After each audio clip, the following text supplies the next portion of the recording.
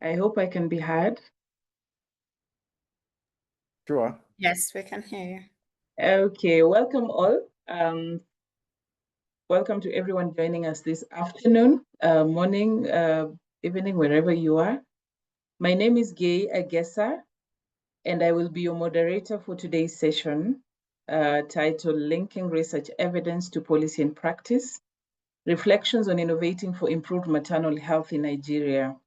So we are happy and thrilled to have such an impressive panel of speakers and experts with us, and they're going to unpack how research collaborations are driving locally driven relevant solutions to maternal health challenges in Lagos and Kano States of Nigeria, the most populous states, and also how the lessons from experiencing interventions that have happened in the last 2 years through a partnership between APHRC, UNILAG, University of Lagos, the various ministries, state ministries of Kano State and Lagos State, as well as KASSEP and APHRC from Kano.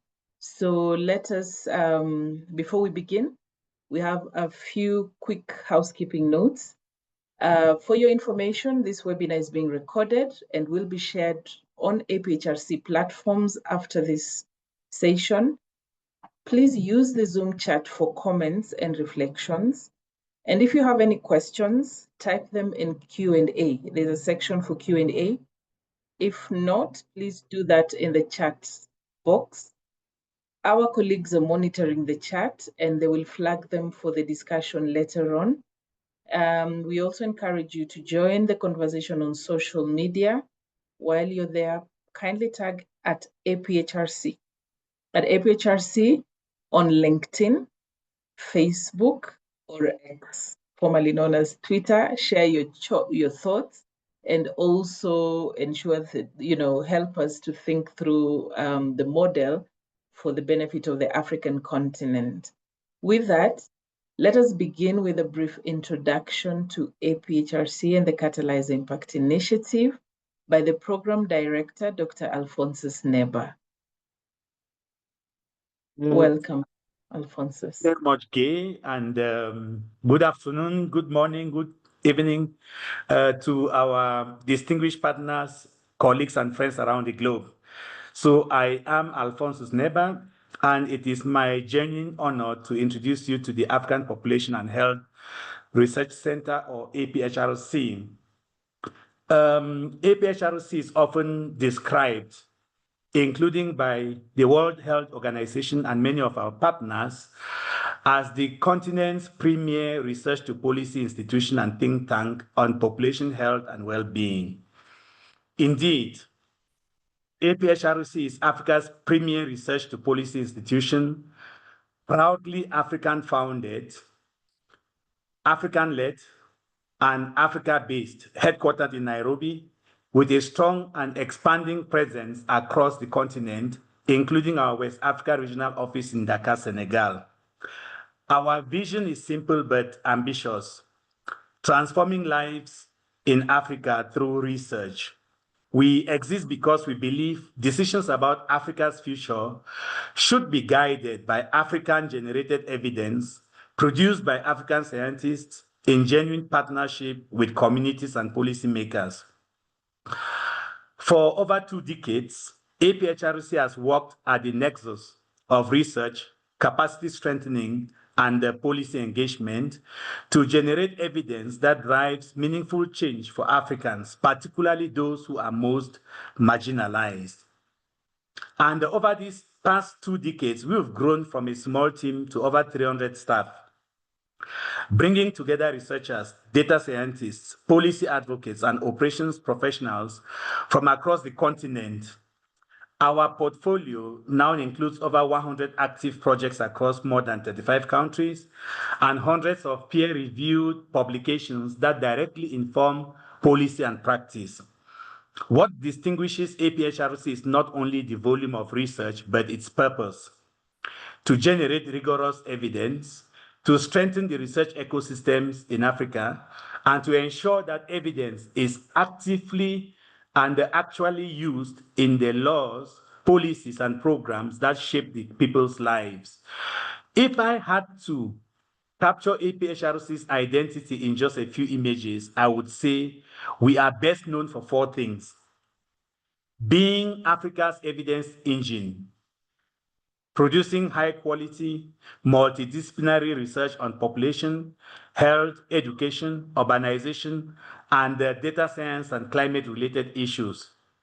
Being a bridge between research and policy, a place where ministers, city leaders, civil society, and communities can sit with researchers and co-create solutions grounded in data.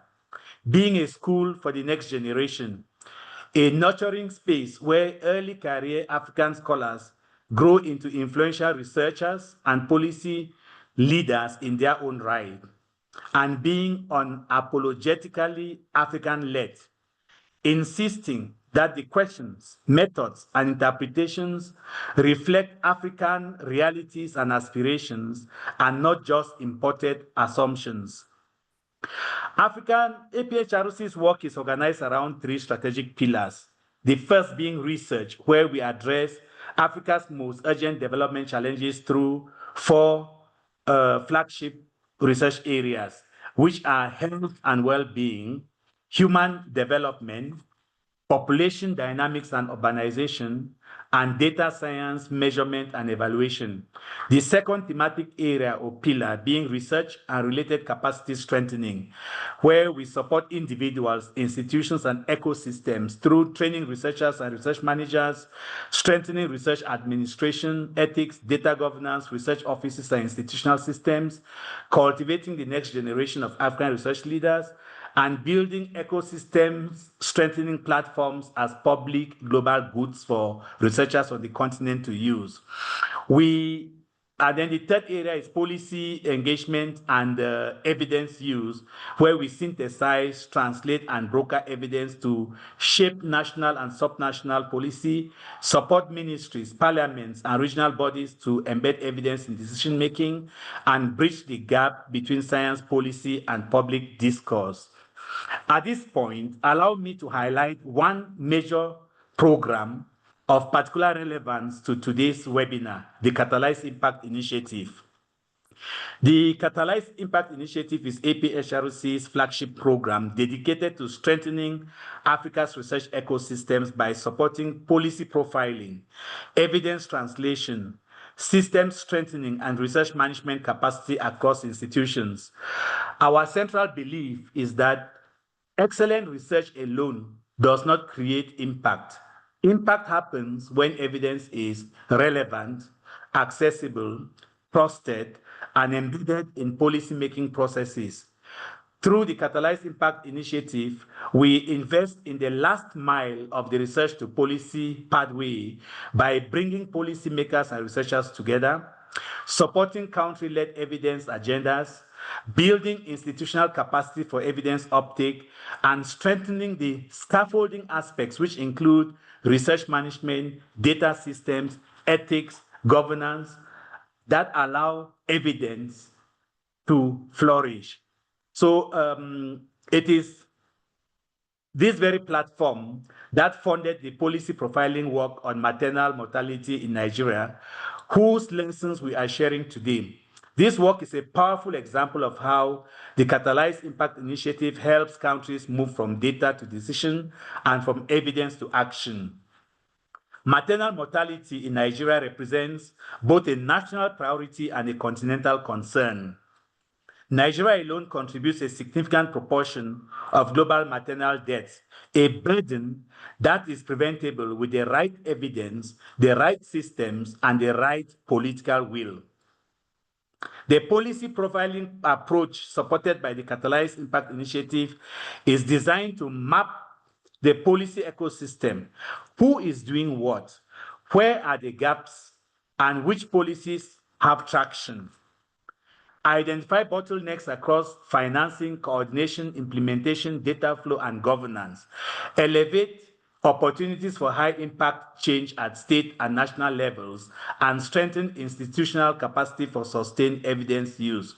We What we are sharing today are not just findings, they are lessons for strengthening Nigeria's health systems, but also lessons for strengthening Africa's broader evidence ecosystem.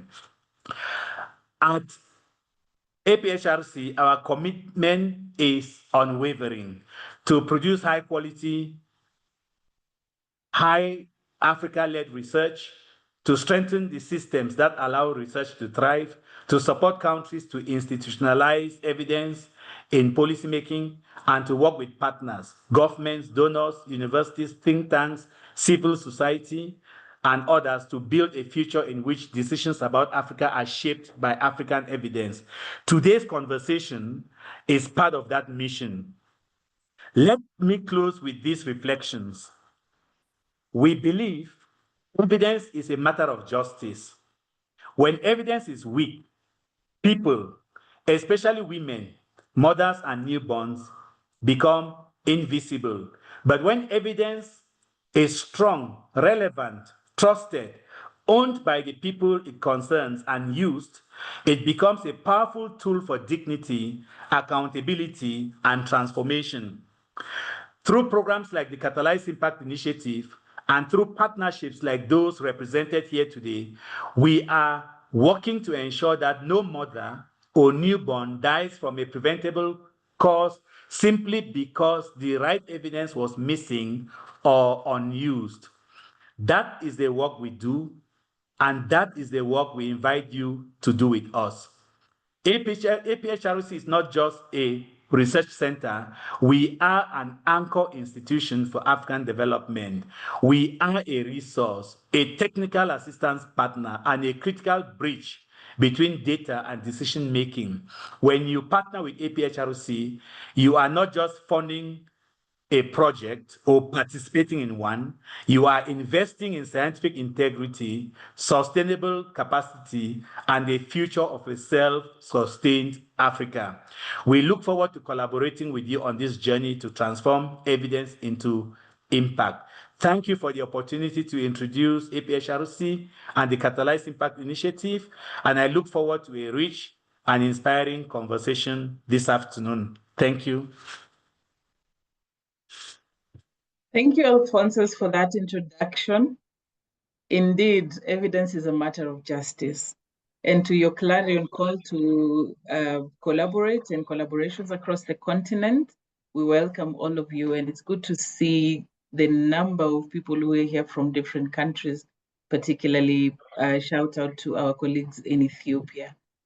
Now it is my honor to introduce our keynote speaker, Dr. Donald Imosemi. Dr. Imosemi is a consultant obstetrician and gynecologist and serves as the chair of the Lagos State Technical Committee on Maternal and Perinatal Death Surveillance and Response, or famously known as MPDSR. With over 3 decades of medical experience and expertise, he has been at the forefront of efforts to reduce maternal and perinatal mortality across Nigeria. A Health Leadership Academy graduate and a passionate global health advocate. His work focuses on strengthening healthcare systems and improving outcomes for mothers and newborns. To begin our next session and our reflections, I now invite Dr. Imosemi to give us an overview of the maternal health landscape in Nigeria. The floor is yours.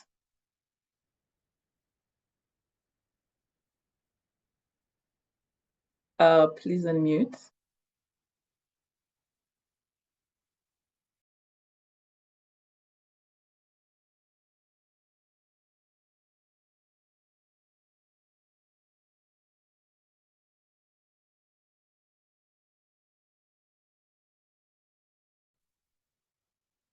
Dr. Imosemi, you're muted.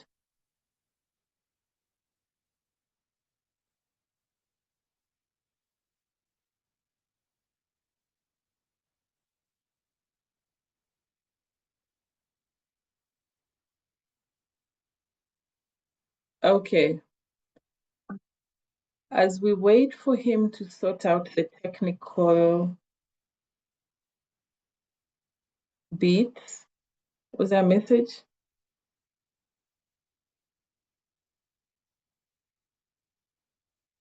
Okay, we'll wait for him. We'll give him some time and then we can move on to introducing our panelists.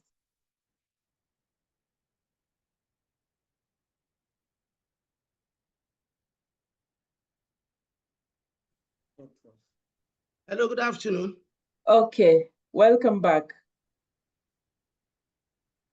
Good afternoon, we can hear you now. Yeah, good afternoon. My apologies on technical hiccup.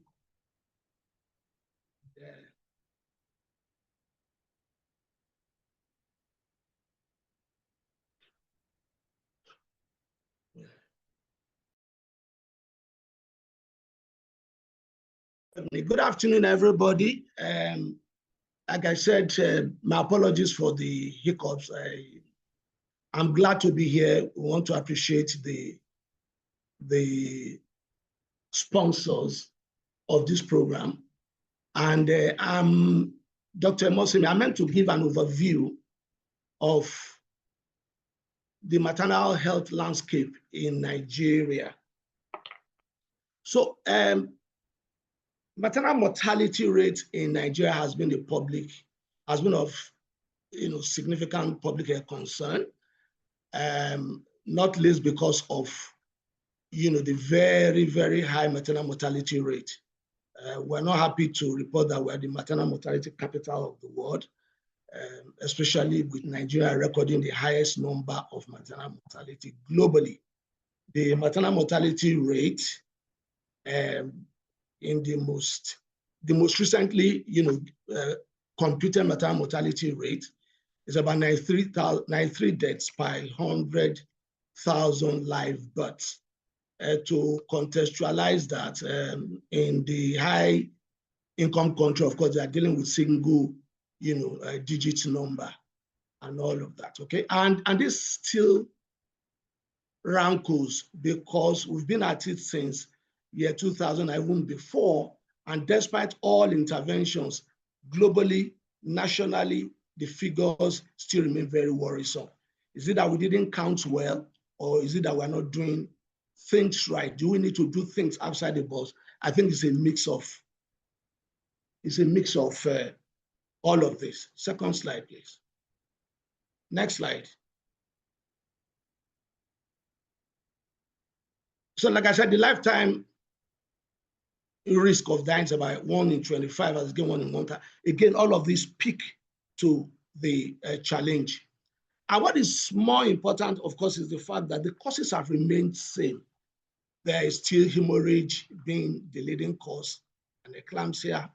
About 70 to 75% of maternal mortality, maternal deaths in Nigeria are due to what we call the SHE combination, the sepsis, hemorrhage, and eclampsia. But it's very important to emphasize that a number of times we have to contextualize it. Some of the referral institutions, for example, eclampsia is a problem because they've done well in, with some of the interventions, for example, that have come up in the last decade or thereabouts about how to deal with the problem of hemorrhage. Also more important, very obviously, is the problem of, is the issue of increasing, level of indirect causes as a block, in terms of looking at the cause of maternal mortality rate, because of what they call demographic transitioning. But what is more important, with regards to this presentation is the fact that most of these causes are preventable if we do things properly. In other words, anticipate, we can prevent, and the worst case scenario, early detect. But despite our knowledge, things aren't still going well. Next slide, please. So one of the reasons why the maternal mortality rate has persisted, of course, is the fact that we have not done well with dealing with what we call the underlying and socioeconomic factors. These deal with, the delay models, the first type 1 delay, type 2, and type 3 delay. Given the work of, men in 1994 and Thaddeus that looked at the delay models, of course, it spoke and it still speaks to the issue of the socio-economic factors, socio-cultural factors that drive practice in the rural areas. It brings to the fore the issue of disparities, the inequities, especially with the woman as the epicenter of the discussion. The average education rate of level of our women, of course, is very low, especially in the rural area, and so that already begins to affect their capacity, to make decisions. In fact, their capacity to recognize, problems and they seek attention, even when they do, because they are not empowered. They must be subject to the whims and caprice of the husband, who in any case does not even understand what the problem is, okay? And the other thing, of course, is the overall concept of the multi-dimensional poverty that speaks to not just the education, speaks to the health indices, speaks to sanitation, speaks to everything that, relates to we're not doing very well here. The other issue, of course, are geopolitical issues. In Nigeria, for example, we are aware that, the southern part or the southwestern part of the country has maternal mortality figures. They're almost a tenth of what we have, in the northern part, including what we have in Kano. I'm not surprised that Kano was chosen, but thank God at the end of the day, with more insight, we're going to do things differently. And also the southeastern part the northeastern part of the country, where the problems of conflicts, for example, have upended, the movements, or regularly upend the movement of our pregnant women, bringing in type 2 delay, even type 1 delay and all that. These take time to sort out. Unlike the next slide, please. Next slide, please. Unlike, the challenge that does happen at the facility end, where the major issues here are problem of health systems. The health system issues generally cut across, the three levels, but particularly so in the facility.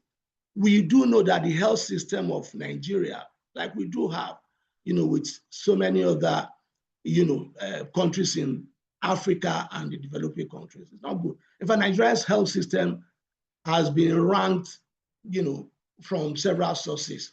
WHO are supposed to be ranking between 178 out of 191. Some have ranked us as the 11th worst, in 12 African countries that have the weak system. So the problem is there. And what does health system speak to? If you look at this, the building blocks, the quality of service delivery, the health workforce, the exodus of some of the best healthcare workers, what we call Japan syndrome in Nigeria has even further worsened the situation. The issue of medical products, most of our drugs are imported. And so if there's any hiccup, in the whole supply chain, like it did happen during the COVID period and, some of these other epidemics, we are terribly affected. And of course, if you look at the health financing, of course, out-of-pocket expenditure drives up to about 75 to 80%, if not more, in some areas of how people finance, access to health care. Of course, the issue of governance, we've had gaps there where the government of the day is saddled with what it perceives as its bigger responsibilities. Maybe the issue of security, for example, they are likely to, invest more money there. And yet we're talking about women who have chosen to, perpetuate, mankind's, what God has ordained them to do. So losing life is it's not an option. So regardless of what the problems are, we must address that. I left out the issue of information because that is very critical and germane to where we are here. I dare say that perhaps we've not counted well. So maybe we're now beginning to have an idea of what our real maternal mortality figures are. So the issue of data is very key, particularly in Nigeria and other developing countries that are terribly resource challenged. We must have data, accurate data, robust data, of course, carried out after some of the best practices in terms of methodology, And that's what LVASA, SRS, and the Kano equivalent stands for, so that whatever we churn out, especially if done properly, like we've done properly, will serve as evidence to making informed public decision on how to resource allocate and all that. And of course, it even affects what we have in other building blocks. So it's very, very important. If you are very strong in the house, in the building blocks, of course, what it does mean is that the issue of access, the issue of coverage, the issue of quality of care and all that will be taken care of, and safety, and we'll have improved maternal health, responsible financial protection, and improved efficiency. Next slide, please.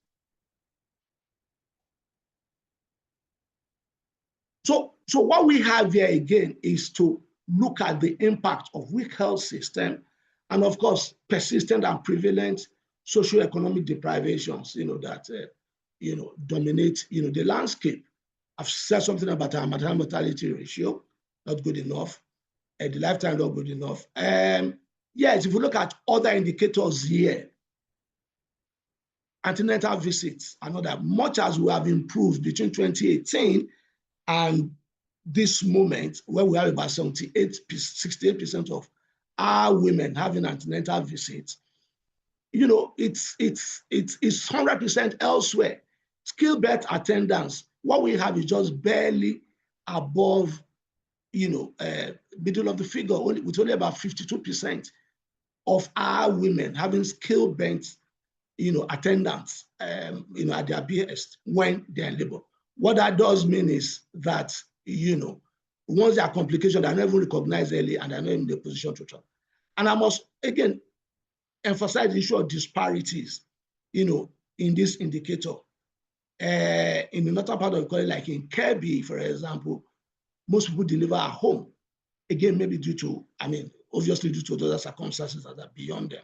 The issue of landscape, the issue of, conflicts and all that. Compare that to the 97.2%, that of women that deliver in, some of the, some of the South and South states. I think that is very, and so that also tells on the facility, delivery rate and also the postnatal rate. Also very important is the issue of mortal contraceptive method is very, very low. It has to go up.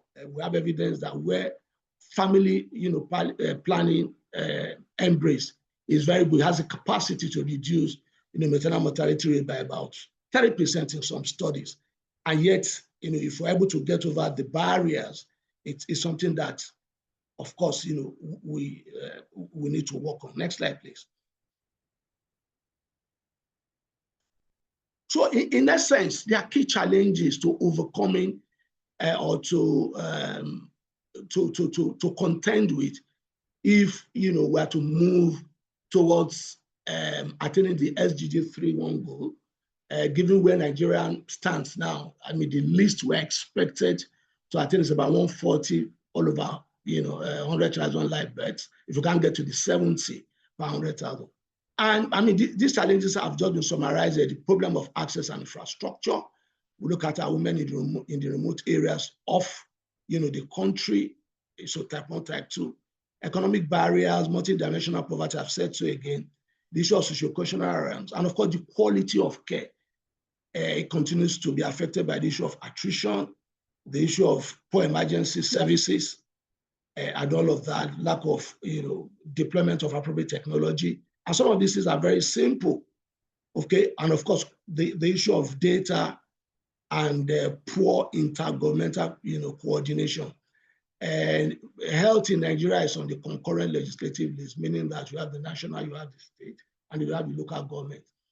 So there must be harmony, there must be proper coordination. We're beginning to see that now. Also, partnership with donors, and other agencies now be deliberately, strategically done. Before now, what we had, of course, were programs running in silos and with no synergism happening, and a lot of duplication here and there. Some of these things must change. Next slide, please. So what are the strategies? These strategies, of course, have been aligned with the larger global strategy of ending preventable maternal, maternal deaths before 2030. And the key ones, of course, include addressing the inequities in access to maternal health, by extension, newborn health. Of course, the linkage is very clear. They are very obvious. They're very challenging, in Nigeria and other African countries. We must ensure that we have universal health coverage, where regardless of your, of your class, regardless of your creed, regardless of your status, you must be protected. And we're now speaking about the issue of very efficient, insurance system, and of course the issue of very vibrant, primary healthcare system, so that the pregnant woman doesn't have to travel afar to be able to access the most basic of health. Even before she does get pregnant, she must have access to good health to ensure that the issue of anemia, if there's, easily and effortlessly taken care of. The issue of blood pressure, the issue of, other things that define a healthy woman. If a healthy woman gets into pregnant healthy and gets quality antenatal care, and of course delivers her baby, in a facility.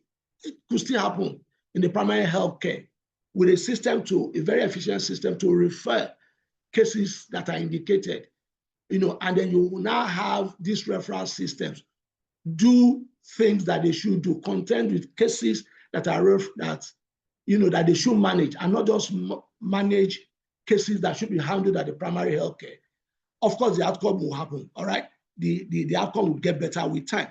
And of course, the thing is to also ensure accountability to improving the quality of care, and accountability at all levels. We must ensure that where, of course, we have protocols and guidelines, people contend and stick to those guidelines. We must audit compliance, a lot of simple things and all of that. And of course, those who have to release funds and all that, they must release funds at the appropriate time. There must be advocacy to ensure that they are held accountable. The system must be smoother, and when these monies are released, they must be spent for the purpose for which they are. The last block I have here, again, is what I just said a while ago, the issue of counting and addressing all causes of maternal mortality. If you don't have accurate numbers, you won't even be able to, bring to the attention of policy, makers, the magnitude of the problem. And even having counted, we must present it in such a way that they are easily understood. And, we're talking about the issue of scorecards, we're talking about, good dashboards, hotspots, things that at an easy glance will captivate the attention of the policymakers, who in any case have so many things, requesting or their attention, all right? So we must count. Not only do we not count, we must address. And in addressing, there must be response. And that's what NPDSR stands for. It's very interesting, it's very important to note that the response a number of times hasn't got everything to do with bringing in humongous sum of money. No. A number of times in some of our studies in Lagos, we've just realized that, especially with the significant investment and the deployment of protocols and guidelines, getting doctors, especially those who just come into the system, to keep to what the guidelines say about the management of obstetric hemorrhage, for example, or management of preeclampsia. I'm talking about protocols. If you get them to do that, the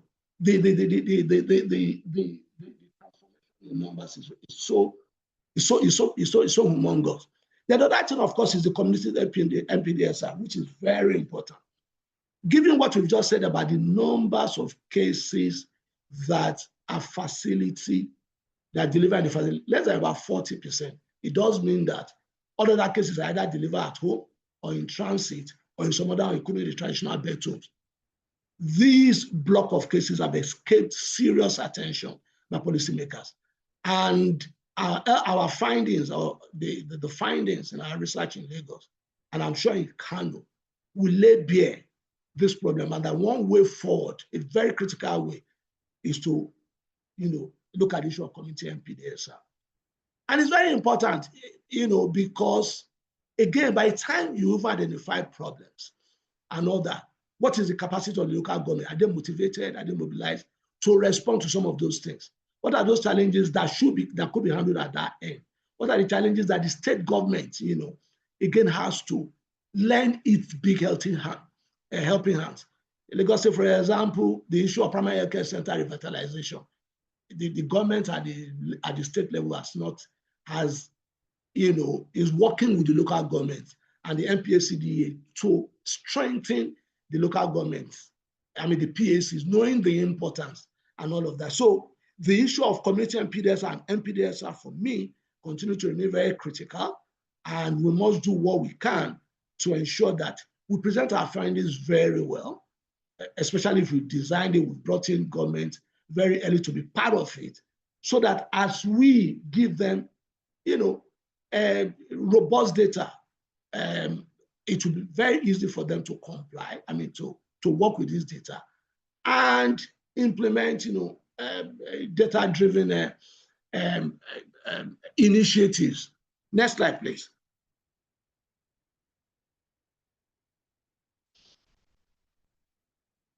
Now, I haven't said all of this. A lot of, iconic terms, that is what I designate them, have come up in the last decade and beyond. The first I have there is the ABA initiative. It was an intervention initiative by the then Ondo State governor that demonstrates how political will at the highest level. So at that subnational level, it was the government of the state, a Dr. Mimiko, who was in it. And just showing, that will and driving some of the processes. These indices these indicators that I reeled out earlier show dramatic transformation. In 2 years, the percentage of facility delivery had risen by over 40%. And of course, it included the issue of community engagement. So those who were in the habit of not letting go this pregnant women were engaged, they were part of the train, and of course, health system was also strengthened at the facility level.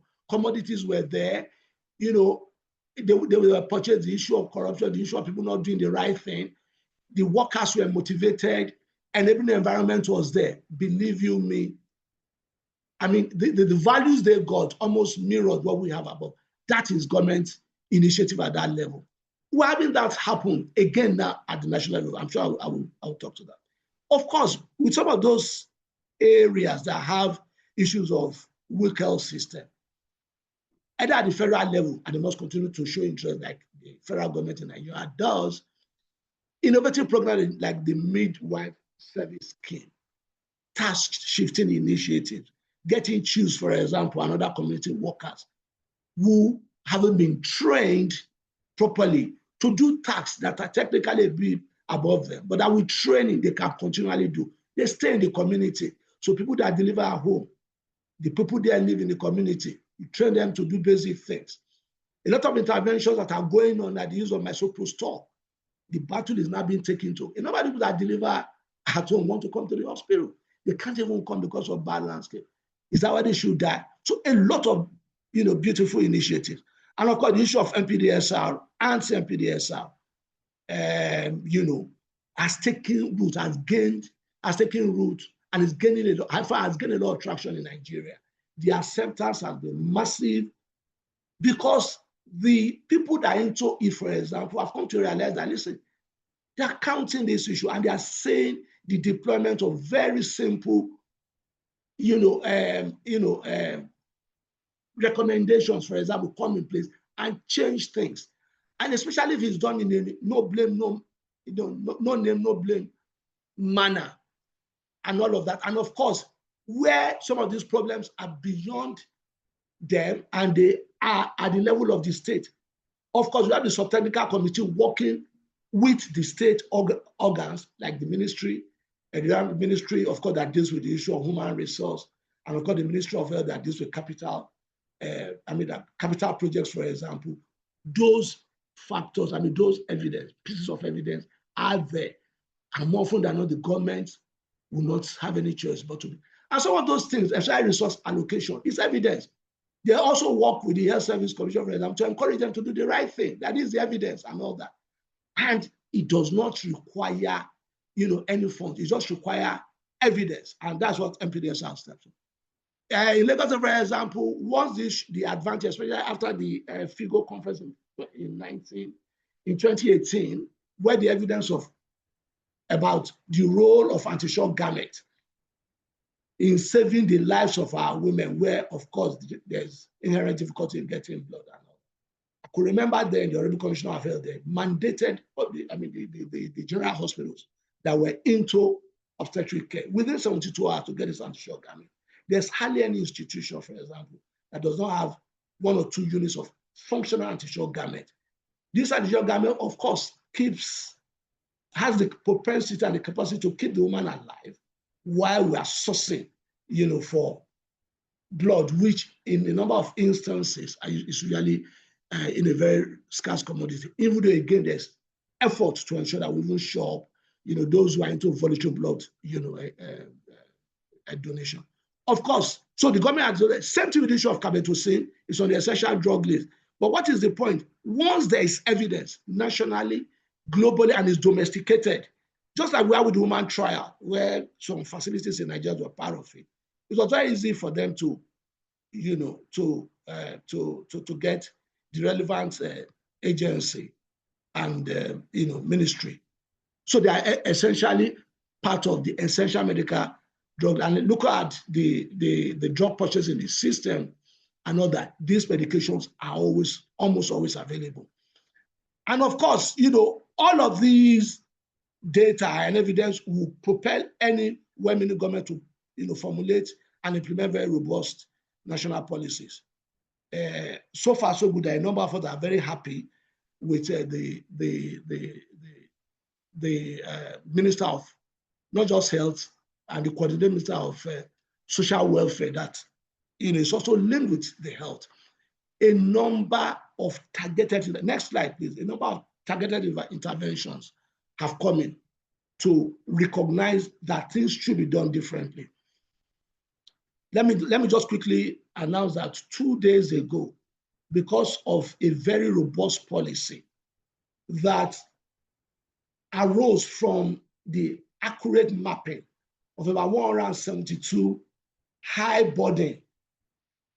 maternal burden local government areas in Nigeria to observe, high burden, with interventions that have been formulated to move these women from, identify these women from conception, from getting pregnant, ensuring that they get antenatal care, overcoming or putting in place measures to overcome type 2 delay, and ensuring that that they deliver in a facility from the peers.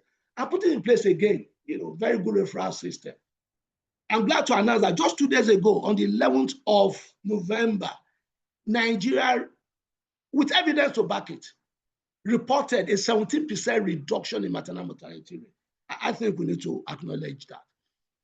And that is, part of the MAMI initiative and all of that. And of course, beyond that, this government has robust, engagement with partners.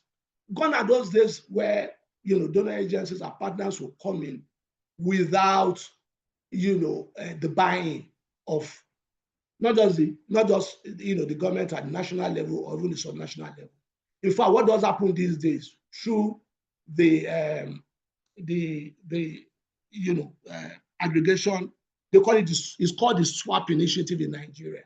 All right, programs are designed after evidence, after data have shown problems in critical areas, local government, states, and there's an agreement about what should be done about this. Resources are put together, and in disbursing these resources to target the identified problem, donors are all part of it. On the 10th to the 11th, just a few days ago, during the quarterly JR, they call it joint annual review, where you have the ministry, the minister, the commissioners, and members, representatives of of the donor agencies and bodies and all of that. You know, there's a joint review. So the issue of opacity and non-transparency in government is no longer part of it. They are part of it, and that has encouraged. But what is more important is that these funds are channeled into designated, and it has begun to change the landscape. And I think that is very, very important. And one of the other things that has been done is the issue of strengthening the Simon care. For those, for women who key into the National Health Insurance Scheme, and it's become mandatory. It's even going to become more so in the year to come. The federal government, through the National Health Insurance Agency, now pay for free emergency surveillance section.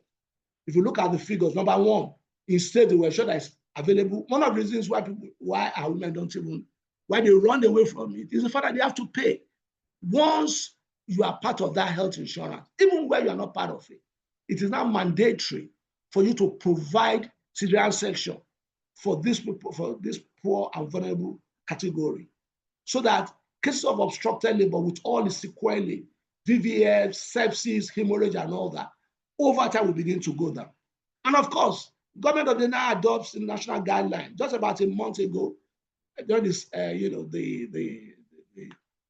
the World Hemorrhage Day and all that, WHO coincidentally came up with a guideline, new guideline, that harmonizes all the rough areas and all that, and came up with what is comprehensive, a guideline of management of postpartum hemorrhage, just as you have in other areas too. The government, of course, is already domesticated, and of course it too.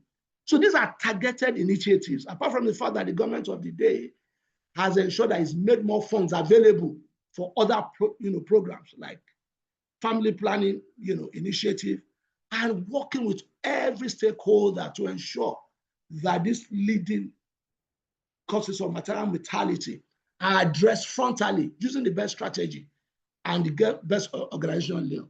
If we sustain this, and that is the issue, if we sustain it, and there's no reason why Nigeria should, make substantial impact, and hopefully we should be able to, if not, get to 70, be able to, as a country, hit 140. Last slide, please. So, in conclusion, the maternal health landscape in Nigeria is very interesting. Right now, there's a concerted effort to ensure that we move from, that infamous club of countries that have the highest maternal mortality rate, and join the pantheon of great countries that through consistent, efforts at all levels, with proper strategic thinking and a well-organized, structure, come up with programs that are driven by intention, by data, wade through all the challenges, come up with innovations, evidence-based interventions, low-cost interventions, and all that, and then show that political will at the highest of level. I think we can do it, and that's what the Nigerian system is epitomizing now. And thanks, for the LVASA SRS project and the counterpart project in Kano State that has gone this way, to bring in the community. And there's no doubt we're going to even move much faster. Thank you very much for listening to me. And again, once again, apologies for the, the technical hitches that was going to affect the flow, but thank God we're able to overcome it. Thank you very much. Thank you very much, Dr. Imosemi. That was quite the presentation and helped us to understand the various dynamics in Nigeria. And those are very rich insights, and your reflections have set the perfect tone for our panel discussion. And to our audience, kindly continue typing in your questions, sharing your reflections, and allow me to now get to the next session. And we are honored to have with us an exceptional group of thought leaders and practitioners. I would like to introduce our panelists for today. To start with, in no particular order, Dr. Aduragemi Banke Thomas, who is an associate professor of maternal and newborn health at the London School of hygiene and tropical medicine. His research explores how to strengthen health systems to improve maternal and newborn outcomes across low and middle income countries. He has over 130 publications and he leads several major projects, including the Gates Foundation funded Lagos Verbal and Social Autopsy LVASA study in Nigeria. You'll be hearing about LVASA a lot. I would also like to introduce Dr. Fatima Akinlusi, Associate Professor of Obstetrics and Gynecology at the Lagos State University College of Medicine and co-investigator on the LVASA project. She's a fellow of the West Africa College of Surgeons and International College of Surgeons and has about 20 years of clinical experience and expertise. Dr. Taiwo Amole is the Professor of Community Medicine at Bayero University, Kano, and also Deputy Director of the Africa Center of Excellence for Population Health and Policy. She led the work for Kano State Surveillance for Evidence and Policy, commonly known as KASSEP, and she's also a seasoned educator and mentor and passionate about translating research findings into action. Dr. Vincent Were is an associate research scientist at the African Population and Health Research Center, APHRC. His expertise spans impact evaluation, health economics, mathematical modeling, statistical analysis, and health systems modeling, and data systems designed for decision making. He's got over 20 years experience in research, training, and teaching. Dr. Shehu Abdullahi is the Director of Medical Services at the Kano State Ministry of Health, has, again, over 2 decades of experience in public health systems and policy implementation. He is an accomplished researcher with extensive expertise in operational research, knowledge management, and his professional interests include reproductive, maternal, newborn, child, and adolescent health and nutrition, mental health, health system strengthening, and health equity. Finally, Dr. Iman Haruna is the Dean of Clinical Sciences at Northwest University, Kano, and co-principal investigator of COPI of the KASSEP program. She's leading consultant obstetrician and gynecologist and lead oncologist at the Mahamadu Abdullahi Wase Teaching Hospital. She has established herself as a pioneer in maternal and reproductive health research, focusing on improving early detection and management of high burden diseases. Welcome to you all, and thank you for joining us. Now to our discussion. Yes, and my first question, you can mute my first question actually, and you have in 4 minutes, goes to Dr. Taiwo. Dr. Taiwo, can you quickly discuss what the Kano KASSEP project reveals about the most persistent drivers of maternal mortality in the state and how your work shapes those insights? Also, from a research standpoint, what innovations from KASSEP could be scaled across other Nigerian states or similar African contexts? In 3 minutes. Can you hear me? Yes. Not anytime you can't hear me well, let me know so I can turn off my camera because my network just started fluctuating. All right, so great to be here. Thank you, APHRC, for this opportunity. Thank you, everyone. The KASSEP project, like has been said, is a sample registration system, meaning that we took a sample across Kano State, across all the 44 LGAs, we mapped them out, and we collected maternal mortality data from these sampled sites. We did 1 year retrospective that we collected data on maternal mortality for the last 1 year, and then we continued prospectively to collect data on pregnancy outcomes so that we could monitor for maternal mortality and stillbirth rate. So we've done KASSEP now prospectively. We've completed our retrospective, and we've completed 1 year prospective, and we are ongoing into the 2nd year right now. The major drivers of maternal mortality, as we saw, had actually not changed. The only tweak we had was that, PPH is usually rated as number one. For us, hypertensive disorders of pregnancy was actually high up there, closely followed by PPH, postpartum hemorrhage, and then, of course, other causes. One distinct thing that we saw was cardiac causes. Causes related to heart diseases were actually also very significant for northern Nigeria, or for Kano. So that was one very insightful thing that KASSEP showed us.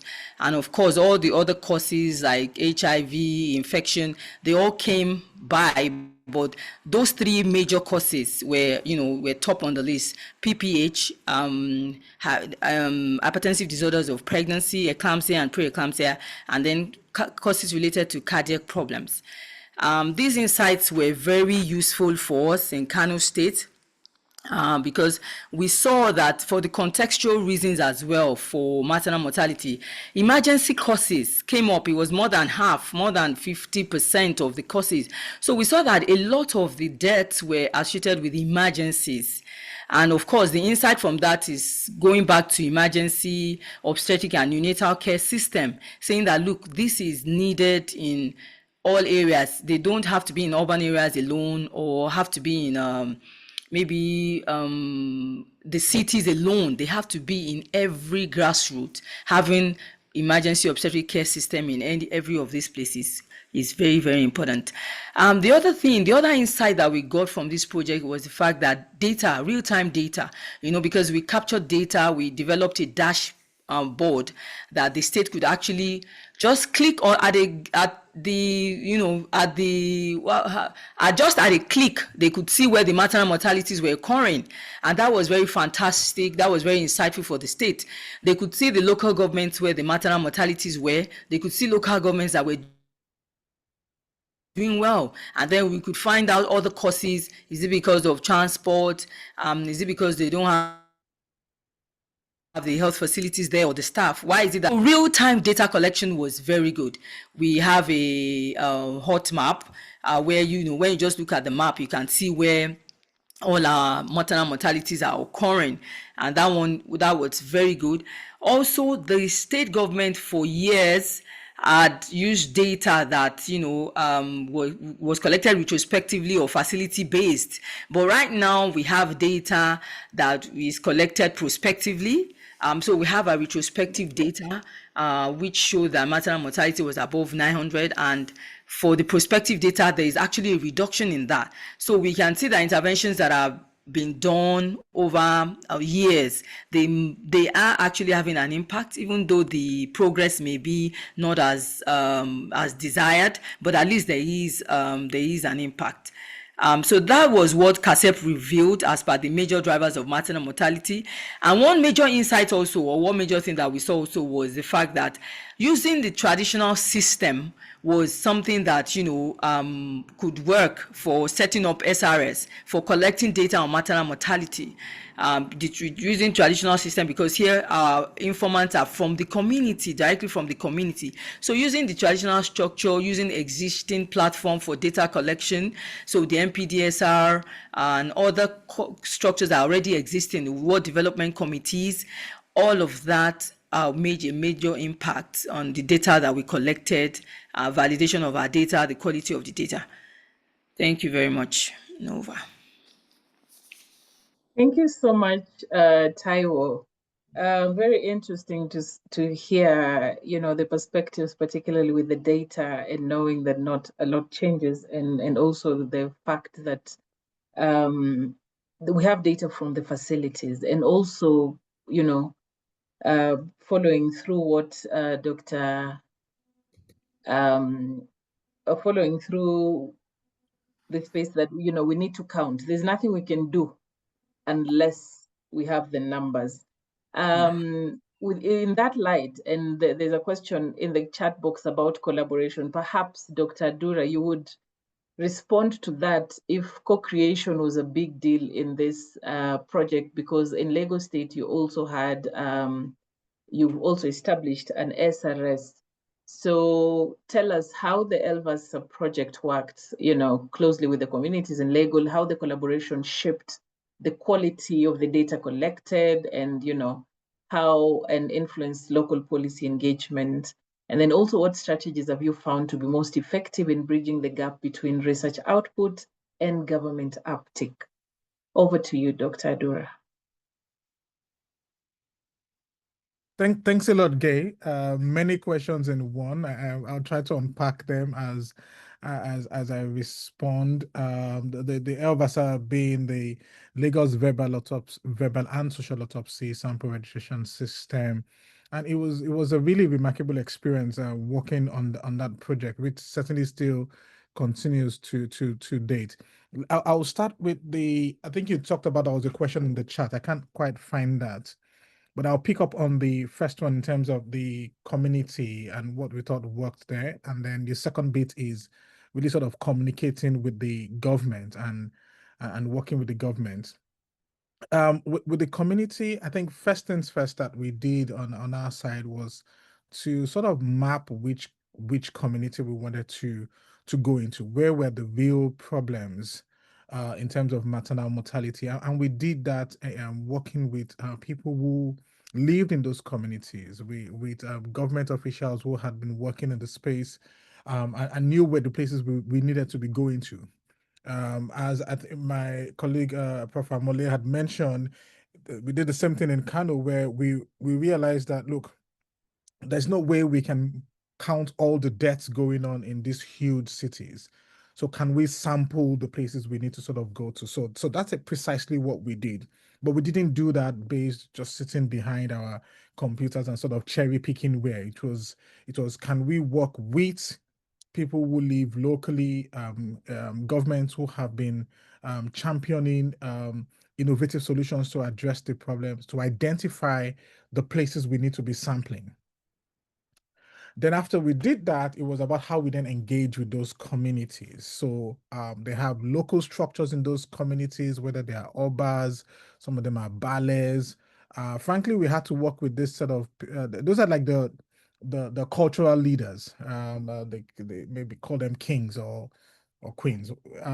But also we also have like people who are like community gatekeepers that we had to work with. Sometimes even working very closely with we call them, they're called agberos where we live, like the touts, to just make sure that when we are getting into those communities, when the data collectors are going in there, they can be safe.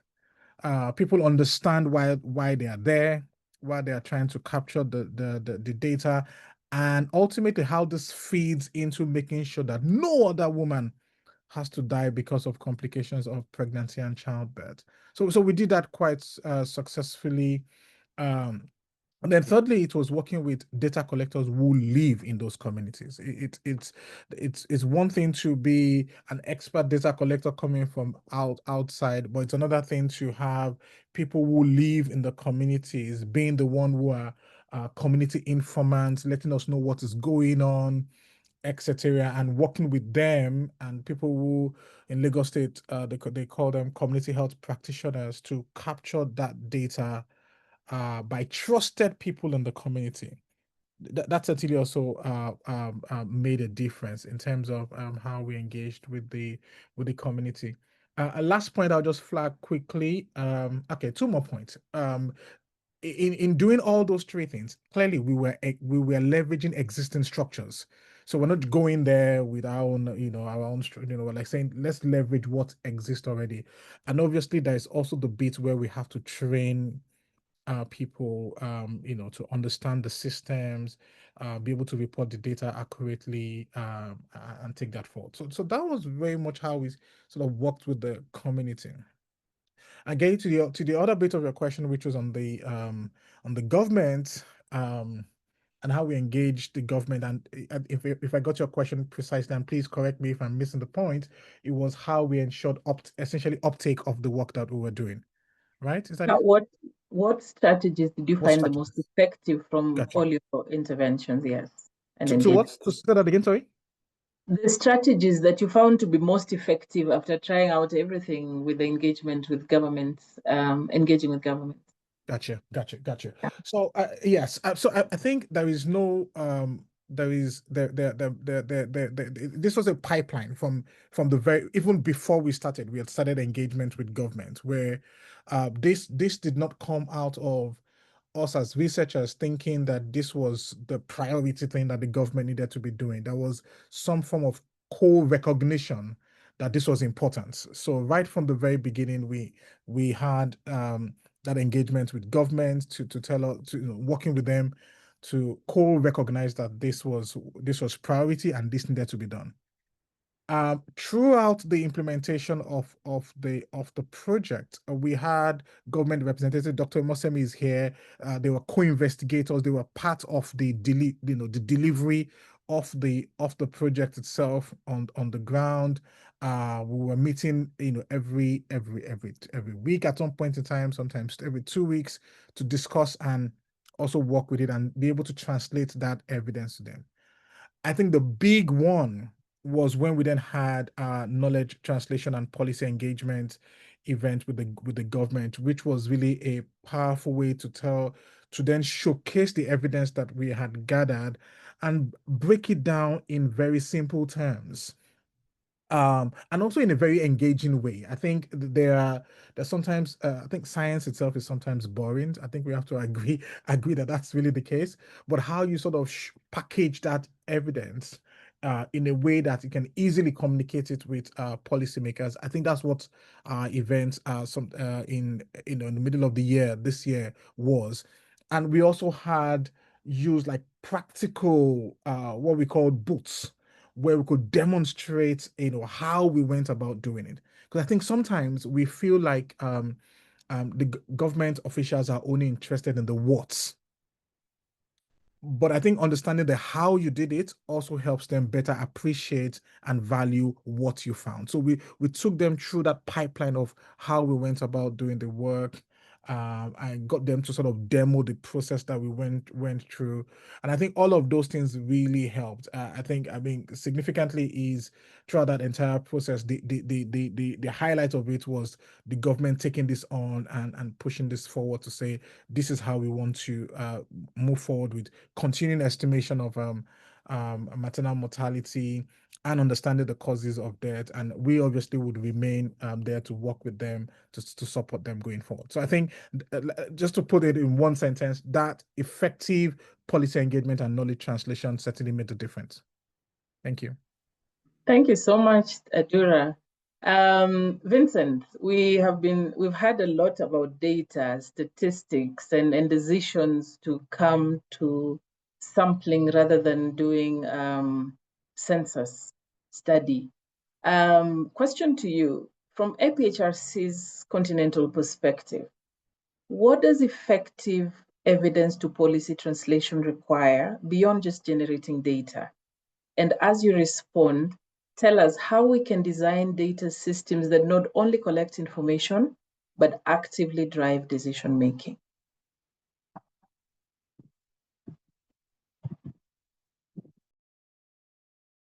Can you hear me? Yes, Vincent, please go ahead. Yeah, so thanks very much, Gay, for this opportunity. I really appreciate the success of this project in Nigeria. I was very excited to be involved in this work, basically from APHRC's point of view. Number one was that Africa, we have the capacity to support our African colleagues, and where one institution has experience, we can then leverage on that experience to support other work happening across African regions. One issue around you asked about how we can improve on the data systems. I think number one, especially how we can make data usable to the government. I realized that this project was very, technically there was so many complicated areas of the work. For example, we had to develop data systems. They had to develop data systems that, gather data from the community. The data is supposed to be translated into the system, and this data has to be shared with the national government, and then this data, of course, will also be shared between the states. And this also means that this data can be shared across other states. So one area that required, which is still a bit integrated, is the SRS system needs an integration with for example, the DHIS system, the MPDSR system, so that the policymakers can have one place platform where they can use this data. And also, I think one area that requires improvement is also having standards. You realize that the piloting that was done in Kano and Lagos may need to be replicated across other parts of Africa.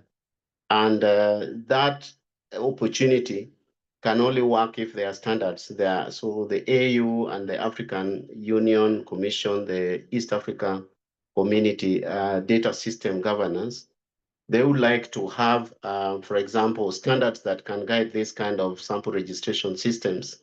And that also calls for us to come up with a playbook. I think we have talked about a playbook.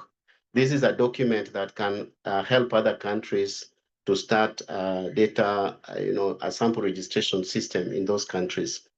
Some of the things that I wanted to talk about is leveraging on the AI, especially.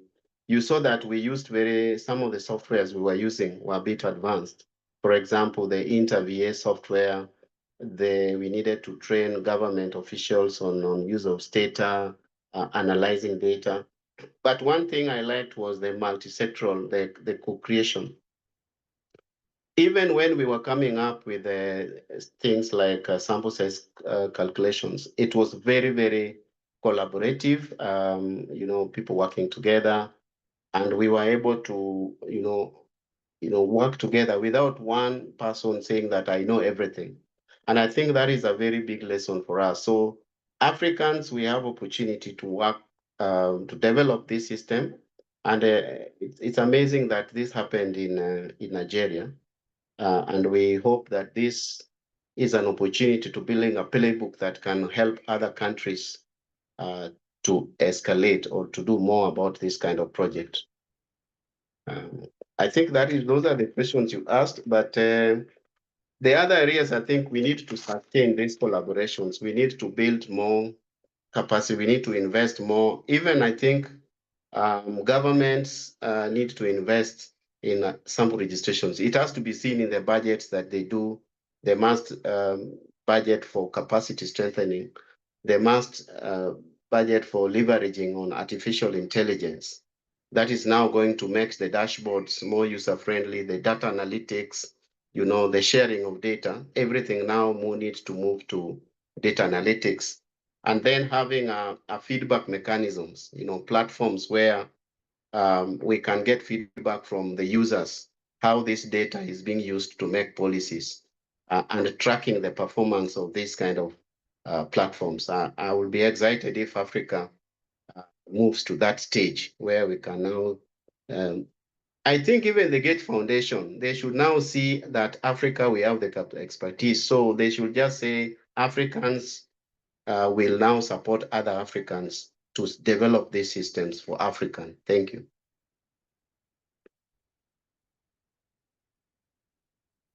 Thank you very much, Vincent. I like particularly the issue you've highlighted about the fragmented data and why it is important to consolidate the statistics and numbers into one so that the government can make better decisions. And also evidence that data has been taken up. Because of that perspective, I would like to direct my next question to Dr. Shehu Abdullahi to give us the government perspective on how the findings from KASSEP will boost the ministry's efforts to reduce maternal mortality as well as stillbirth in Kano State, both in the short and long term. please feel free to share how those statistics and the findings have been used to date and how you see that progressing in the next few years. Over.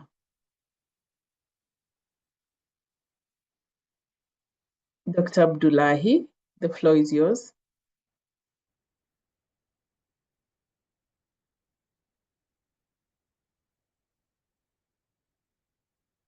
Can you hear me?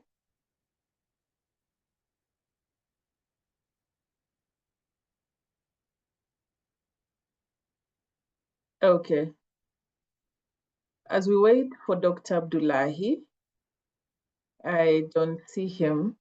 I would like to direct the next question to Dr. Fatima Akinlusi to provide us with an academic perspective and let us know how and what role can local universities play in sustaining government-driven research agendas, and also reflecting on LVASA and the interventions in Nigeria. What model best balances academic independence with government priorities? Dr. Kinlosi.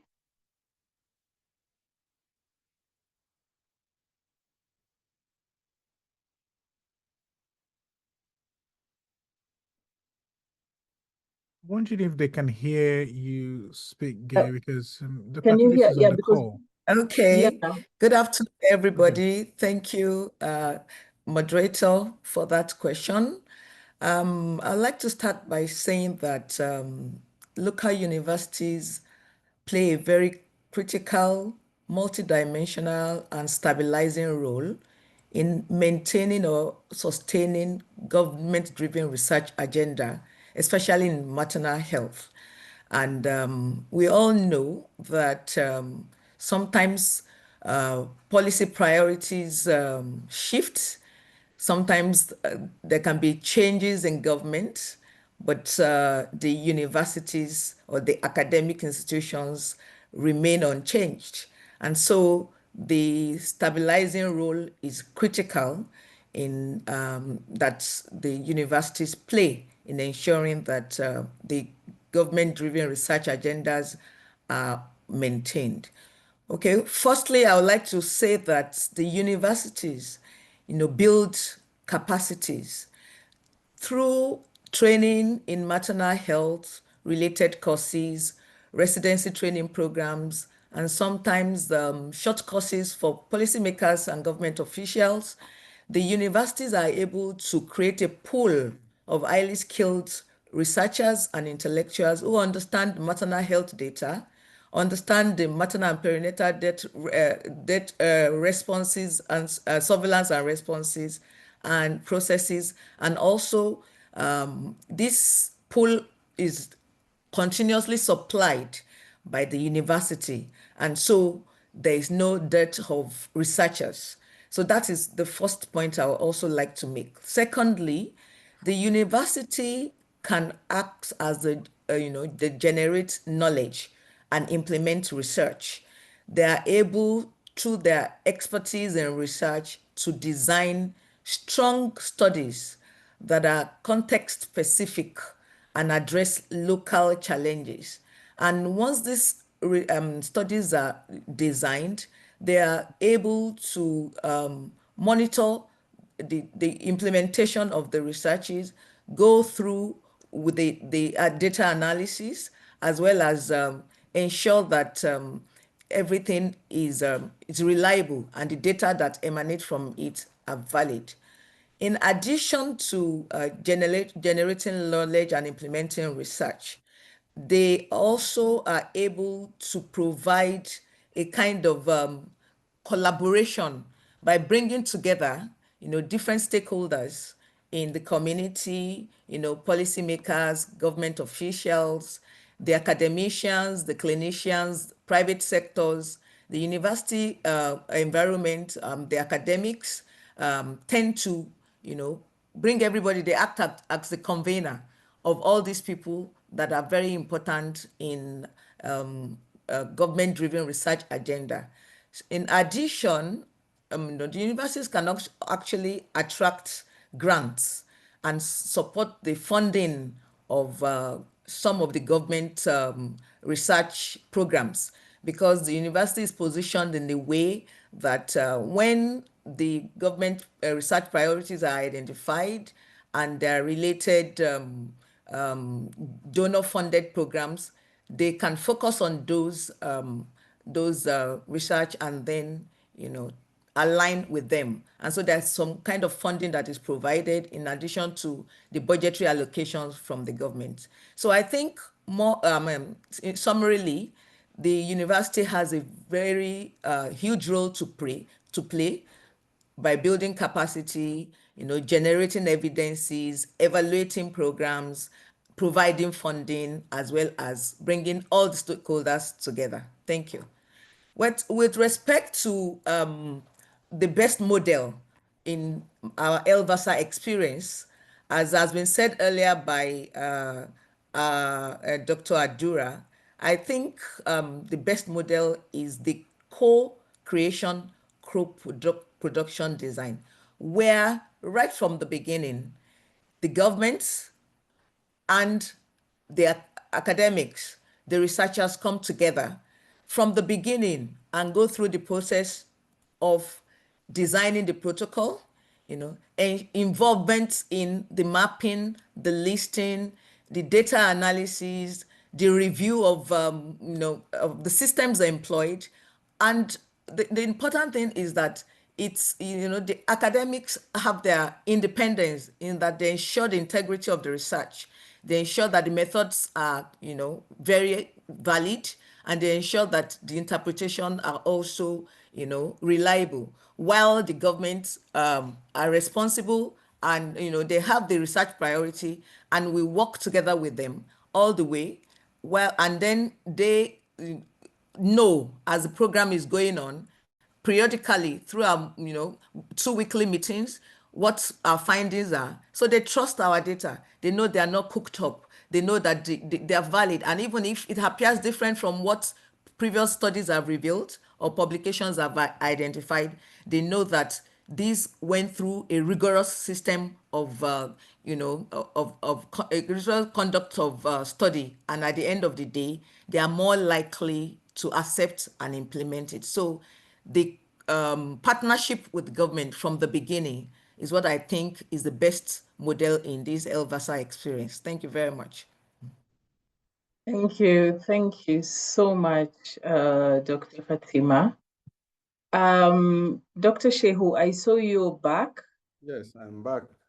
Yes, just to quickly, I don't know, let me repeat the question again for you. And as our government representative from Kano State, Dr. Fatima has talked about trusting data, and just build into the question about how the findings from KASSEP will boost or have boosted the ministry's effort in reducing maternal deaths as well as childbirth, both in the short term and in the long term. Over to you.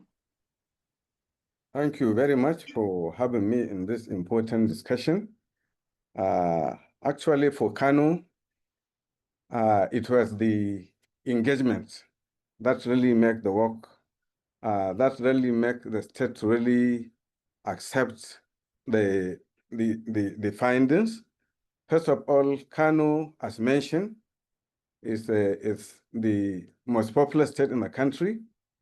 And unfortunately, we have almost the highest maternal mortality rate in the country. For over 3 decades, our maternal mortality rate has not been improving at all. That is why the policymakers in the health system are thinking, how can really, despite all the intervention, we did a lot of intervention in the state, MPDSR, pre-maternity, so many interventions. But unfortunately, there is no much improvement. So that is why at the first contact with especially the principal investigator, Professor Galadenchi, when she came to meet the policy makers, especially the Federal Commissioner, is asking her, how can they really help us to really find out what is happening? Is this real? Is this our real data? Because we don't know when this information is really collected in our states. So when they brought the issue of KASSEP to really understand the number and even the causes of maternal mortality and neonatal mortality, we welcome the idea. That is the catch, the early engagement with the government. That's when we really feel we are at home. After the initial engagement, the issue of co-creation, whereby policymakers, government officials, health officials, and traditional rulers come and sit down and map out how we can be able to do this important intervention. What happened is, after all, we have been involved right from the inception, up to the time when we started having the results. We used to see where we are in terms of maternal mortality rate and even the neonatal mortality rate. As the long run, after the retrospective study of 1 year, that is for the year 2023, the data actually is in variance with what is always been provided at the international level. Because in Kano, in 2023, the data of maternal mortality rate is 1,350 per 100,000. But by the KASSEP results, the data came down to about 937. So actually, what we feel is we are really doing something. So after that, there is some recommendations, policy recommendation in the policy brief.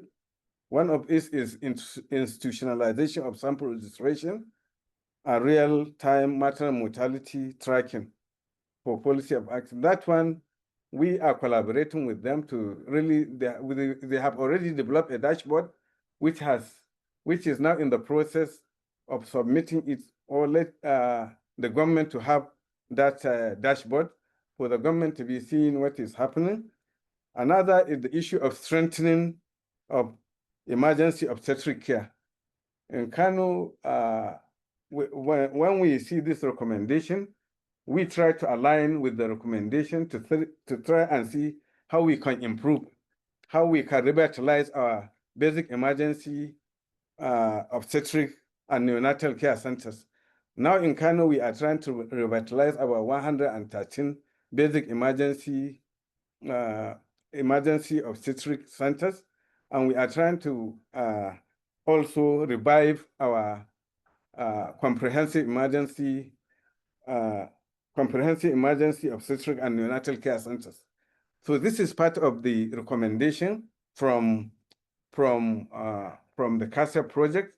And also importantly, there is this issue of emergency issues, which they found out one of the major reasons, as has mentioned by Prof. Tayo, about 50% of the maternal mortality is due to emergencies. So in Kano, we are now trying to develop a system with the support of the federal government. There is SEMSAS, State Emergency Medical and Ambulance System, and also there is RESMAT. All these are emergency transport system to see how we can be able to be transporting women from their homes to facilities for delivery and obstetric emergency. As I'm talking to you now, we started this for the last 2 months. We have, through that RESMAT system, we have transported more than 3,000 women.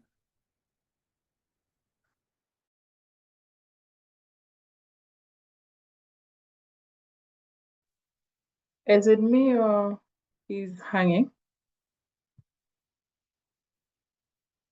Can everyone hear me or him? I hear you anyway. I hear you. Oh, okay. I think So it's Dr. Abdullahi we've lost. Okay. So let's move to the other one as he comes on. Dr. Haruna, please, yes. would you give us probably a clinical perspective about what the KASSEP project revealed about aligning clinical practice with public health data for better maternal outcomes? How would you do that? Okay.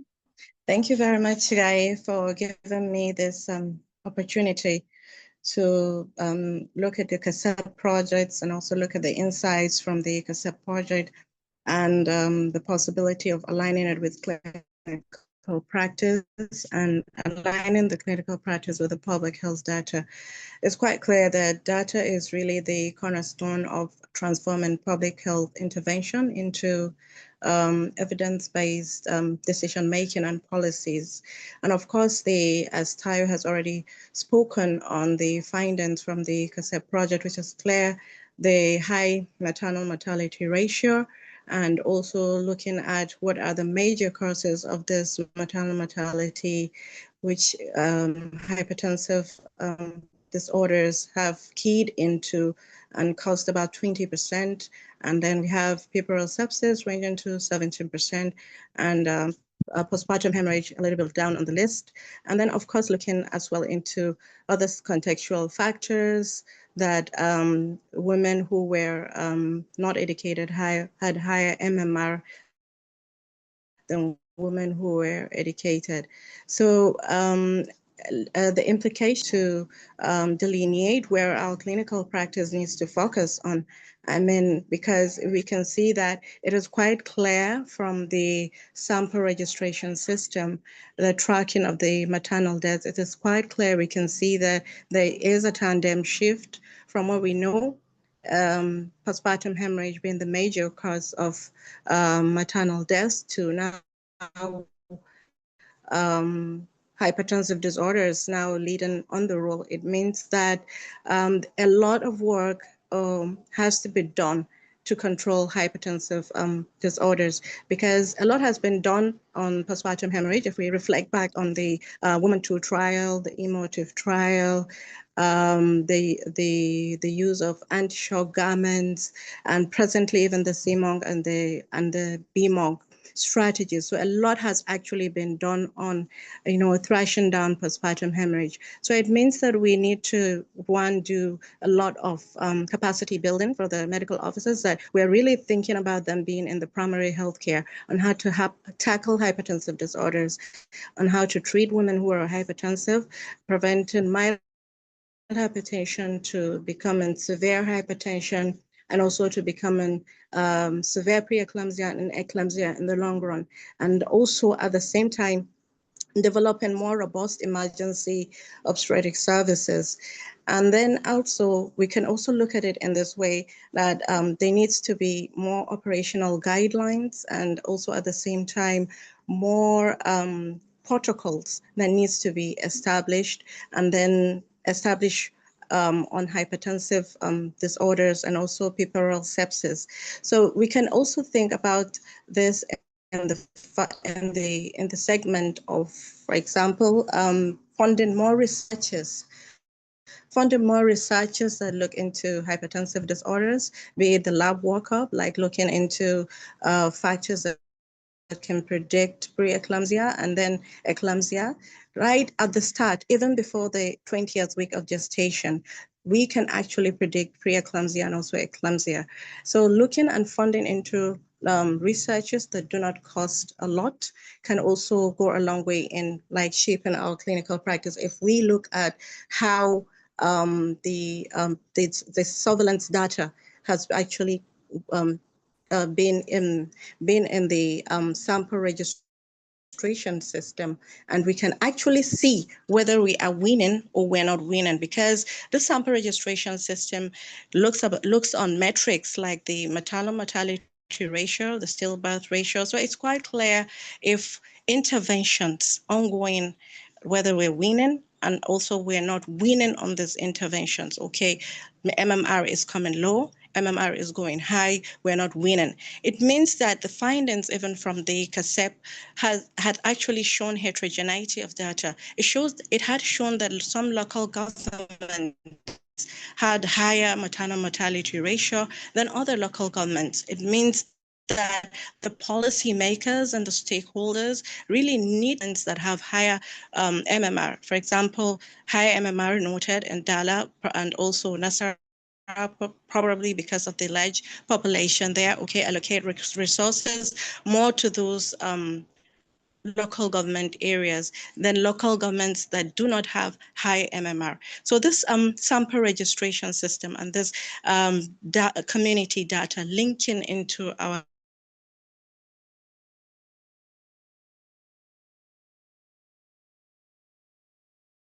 health fertility data practice and make our clinical practice strategies have actually been used in the past. Or a lot of countries are using a lot of strategies in controlling or rather in evidence informed policy making.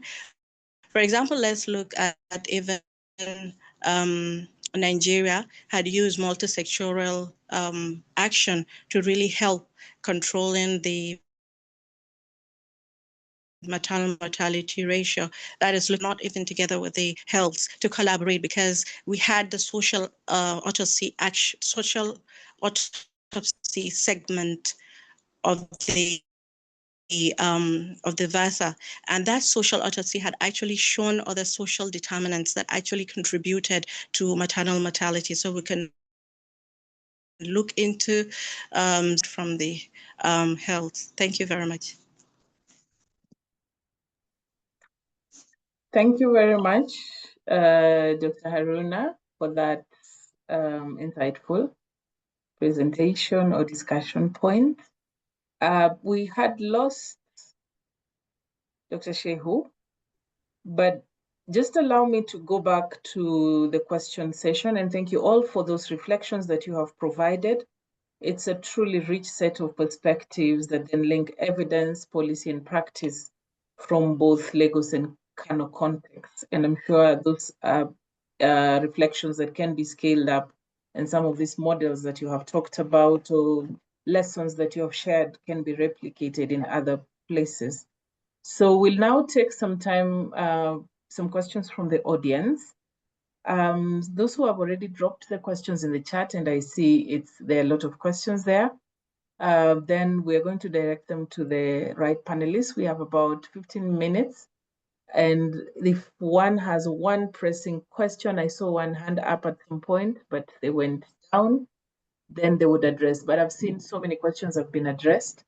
However, I will pick one, and I would like to direct this question. Which one? To Dr. Imosemi, actually. On the level of budgeting, how do you make sure that the research results influence government to take responsibility for effective funding opportunities? That's Dr. Imosemi, and perhaps Adura, you can also take that from an institutional perspective, and then we can get the government perspective. Especially in the area of money, how do we make sure that those research findings influence government? Okay, so thank you very much. So for us in Lagos State, we have what we call the THEMES agenda. We call it the THEMES agenda. And the H stands for, for health, the policy, state policy towards health. And luckily, we have a very responsive government. Also true, while conducting this research, government officials and stakeholders, including your humble self, were part of it. And I think, given the strength of the research and the findings, what will happen against it would be a question of, one, redirecting funds, okay, and doing better what we're doing. Let me give you an example, from the research. It was very clear that some states, some local governments, including Badagry, Alimosho, the Alimosho finding again was consistent with what had been found before. Huge local government area had very, very high figures, okay? And, and so that is very, very informative. And the Lagos State government, of course, we want to work with that. And luckily, again, during the learning sessions and the translation sessions that involved the government, the special advisor to the government So the governor on health was also there. She had been part of it, the permanent secretaries and all that. So we have a lot of things competing, for government's attention and resources in Lagos. But you have a government that works with data, and with what we have provided, is going to help the government allocate, resources. They've been part of it. Strong data generated from some of the most, robust methodological, methods and all that, giving evidence or giving traction to the fact that their quality data and that have been received will help government allocate resources properly and also redirect, resources. Also, our findings, again, about the issue of hemorrhage, hypertensive disorders play a very significant role. Will further help strengthen, the government's support for provision of essential commodities. The LPDSR program already has a budget line. So again, it's another opportunity to provide more funds, given how robust the program is, and then, to ensure that the program, continues to run. Thank you. Thank you very much. I think that has been addressed well. I wanted to change give this other question that has been raised by Kirimi to Adura. From your experience with University of Lagos and LASU, what structures, for example, research policy units, data fellowships, embedded researchers, have proven most effective in ensuring that there is continuous flow of evidence into policy decisions? How has UNILAG done that, or CC3s for that matter? And how can this be formalized across Nigeria's other universities, state universities in other states or other areas, and also replicated continentally? And also to the panelists, you can respond to the questions that are in the chat. There are many. I don't think we'll manage to tackle all of them. But over to you, Adura.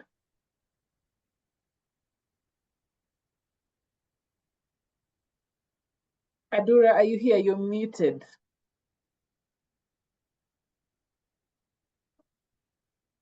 Okay. Taiwo, can you take that? All right, thank you very much. I actually responded in the chat box and I said that when you have problems that, are very problematic or have a huge public health impact in states or different contexts, I think that everyone, including the government and everybody in the states, would be interested in, combating that kind of problem. Maternal mortality. Everybody is talking about it in Nigeria and in northern Nigeria and in Kano. So it's a problem that we're all bothered about. And when we have researches that target that, it's something that is going to be impactful. After that, when you start, so even from your research problem, if I go and target a research problem that does not address the public health importance is little, then it may not translate into policy decisions. So from the formation of the research question, I think we need to look at those things, that are of huge public health importance. And then after that, we need to engage with our stakeholders early. That was one very KASSEP. We engage with our stakeholders very, very early. Stakeholders at different levels, state level, the community level, at different levels. So it was not, the findings were not new to them. In fact, they were looking forward to, those findings. So immediately they go to have policy decisions emanating from these findings. So I think these are very key. When we finish with these, then we can go on to having, we can set up formal structures. For example, formal structure between researchers and the state ministries of health or the stakeholders, so that when the researchers are doing their work, they are doing it based on what are the problematic things in the state or what do we want to look at, so that when we generate evidence, this evidence can be used for decision making, can be used for policy implementation, or whether we're going to enact policies. So I think that was one key thing that we saw from the KASSEP project: early engagement of policymakers, focus on research problems that are, of public health importance in the state or in the context that you're working on. Over. Thank you very much. Thank you. There's an interesting observation here by Kelechi Obi, that the statement that Nigeria has the highest MMR maternal mortality rate globally is not correct. That's indeed MMR not true. in You're South right. Sudan. Sorry? That's indeed not true. You're right. Yeah, so the MMR in South Sudan is higher than that of Nigeria. This is according to recent reliable publications. So yeah, so that has been. Welcome back, Adura. So there's now, I will change because there are many questions and we cannot really tackle all of them. And please continue just sending in your questions. We will try and get the panelists to respond to the best of their ability, and we can email them to you. There's a question by Esther Olajide. We are now in the era of technology, but how can you access correct data in transforming lives and capacity building with all the loopholes identified in other to improve maternal health in Nigeria? So this is a data issue, the challenges within in the data system. Any volunteers for that?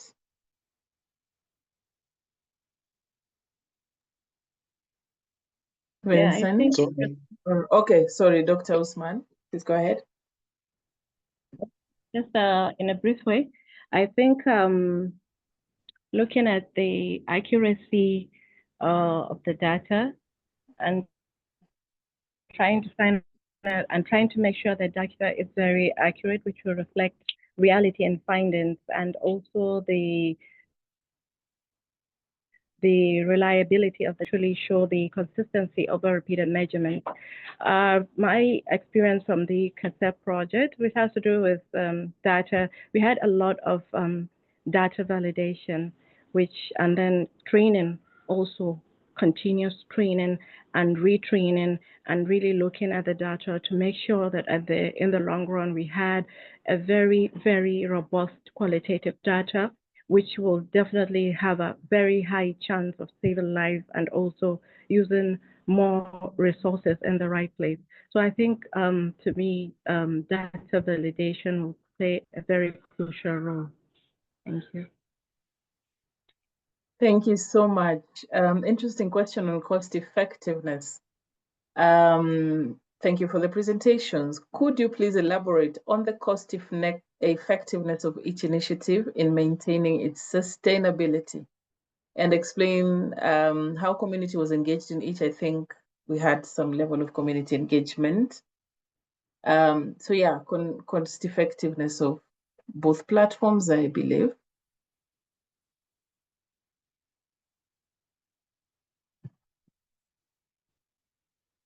Vincent, do you want to say something about the cost effectiveness?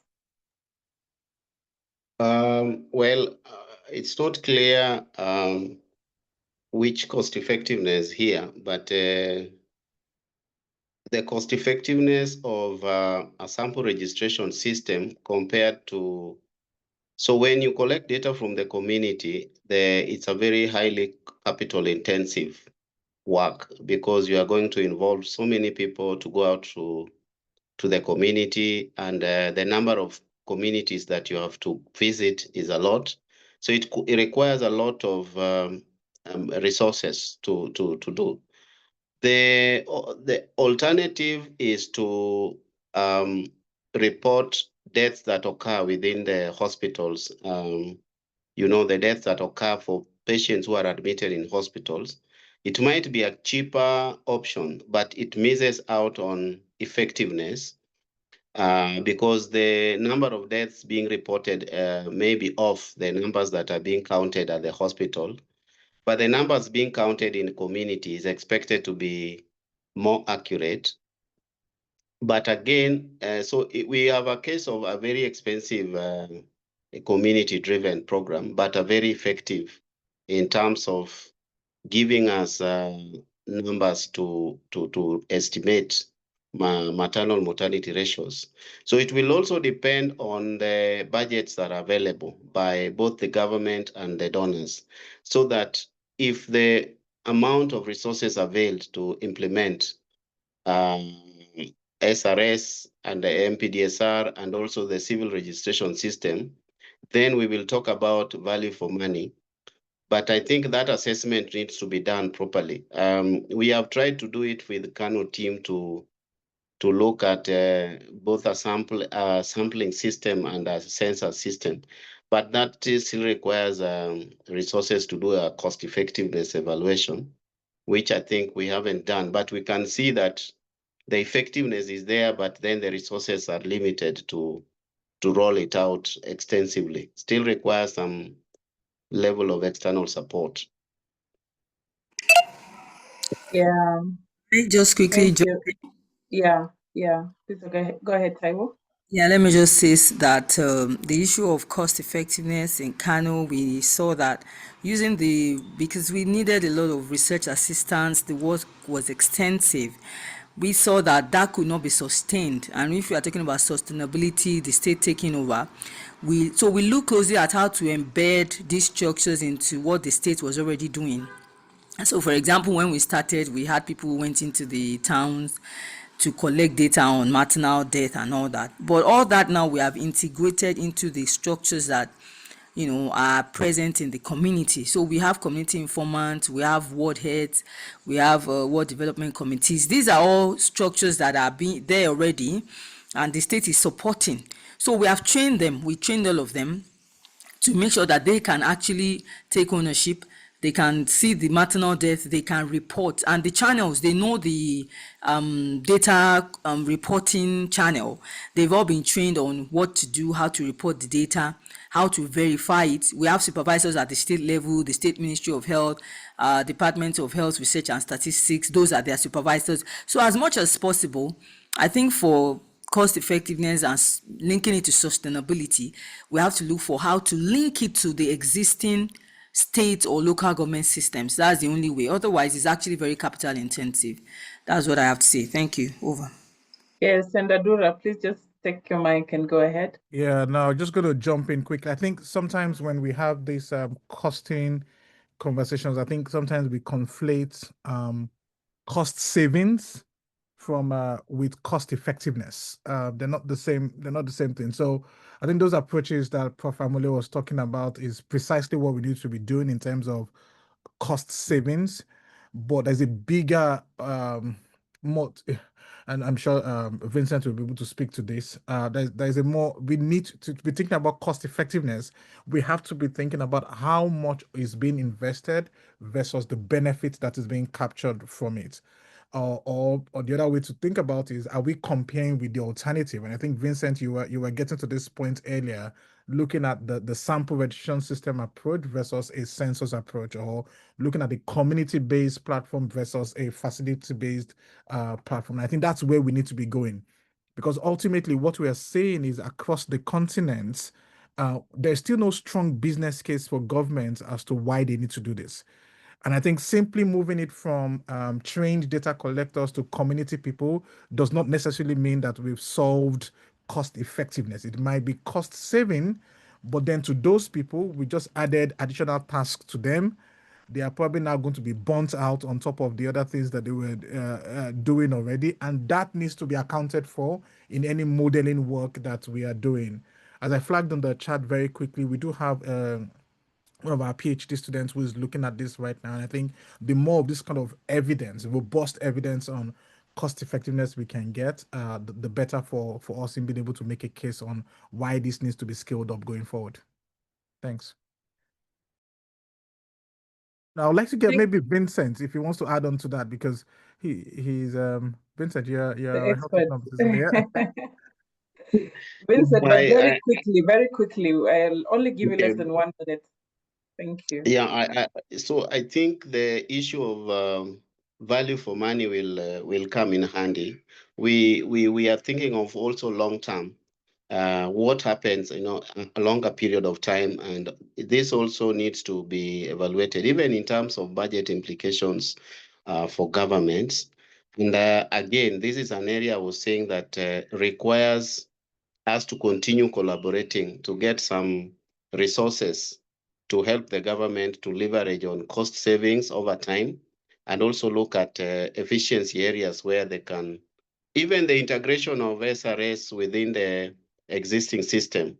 We need to look at what costs, what is the value for money in terms of what we are saving in the long run, and how we can sustain this over time. It's an opportunity to work together to get additional support. And I'm happy there as a PhD student doing that, but we can work together technically to look at how the governments can absorb these interventions. Thank you. Thank you. Thank you so much for this robust conversation that we've just had. Thank you to all our panelists for sharing such inspiring reflections and lessons. And to our participants, thank you for being part of this important conversation and for your questions. This recording will be available again at APHRC's YouTube channel. Please continue engaging with us, continue engaging on social media platforms, and you can get insights. And all the panelists are actually on social media. Try and find them.